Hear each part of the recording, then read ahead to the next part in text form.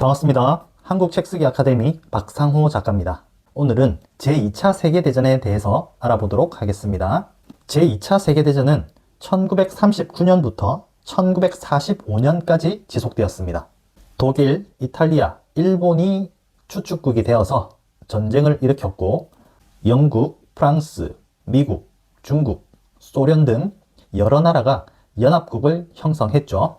그런데 밑도 끝도 없이 갑자기 일본이 어떻게 갑자기 세계대전에 참전하게 된 건지 궁금하지 않습니까? 그것도 저 멀리 지구 반대편에 있는 독일과 동맹을 맺고 전쟁을 일으켰을까요?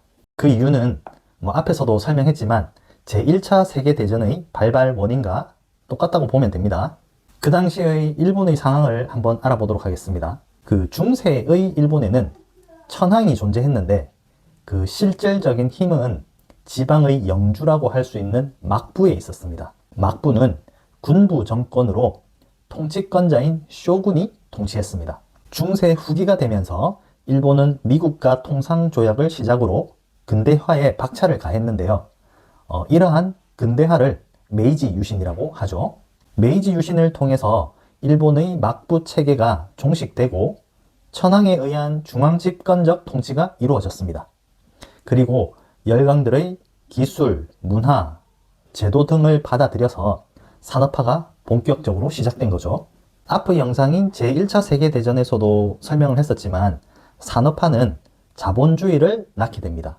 그리고 자본주의는 독특한 특성을 가지고 있죠. 바로 공급이 수요보다 많다는 거죠. 이 과도한 공급량은 산업 발전의 발목을 잡게 됩니다.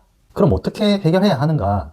당연히 수요가 늘어나면 되겠죠. 그리고 수요를 창출하기 위해서는 새로운 시장인 식민지가 필요합니다. 일본은 중국과 러시아를 상대로 해서 러일전쟁, 청일전쟁을 일으켜서 타이완, 그리고 조선, 사할린을 식민지로 얻었습니다.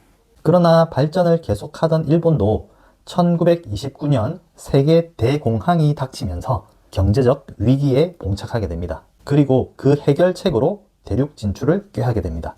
하지만 중국은 일본뿐만 아니라 세계 열강이 모두 차지하고 싶어하는 광활한 시장이었고, 이에 따라 일본은 제2차 세계대전에 참여하게 된 것입니다. 독일과 일본이 추축국으로 동맹관계를 유지할 수 있었던 것은 두 나라의 궁극적인 목적이 같았기 때문입니다. 과도한 공급량을 해소하기 위한 식민지의 확보, 그리고 무역협정에서 국가적 우위를 점하기 위해서. 그렇죠. 그럼 연합국은 어떤 목적으로 전쟁에 대응했는가? 과연 정의와 자유를 지키기 위해서 참전을 했을까요?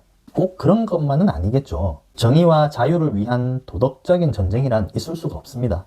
자국의 시장인 식민지를 지키고 독일 그리고 일본과의 무역협정에서 우위를 유지하기 위해서 대응한 거죠.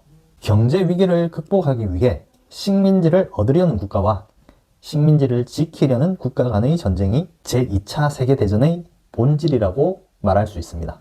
결과는 다들 아시다시피 연합국의 승리로 끝이 났죠. 1945년 5월에 독일이 먼저 항복을 하고 같은 해인 8월에 히로시마와 나가사키에 미국이 핵폭탄을 투여하고 나서 일본은 천황제를 유지하는 대신에 무조건 항복하기로 사인을 했죠. 그날이 8월 15일이었습니다. 그래서 1945년 8월 15일은 일본의 식민지였던 지역의 관점에서는 광복절이 된 거죠.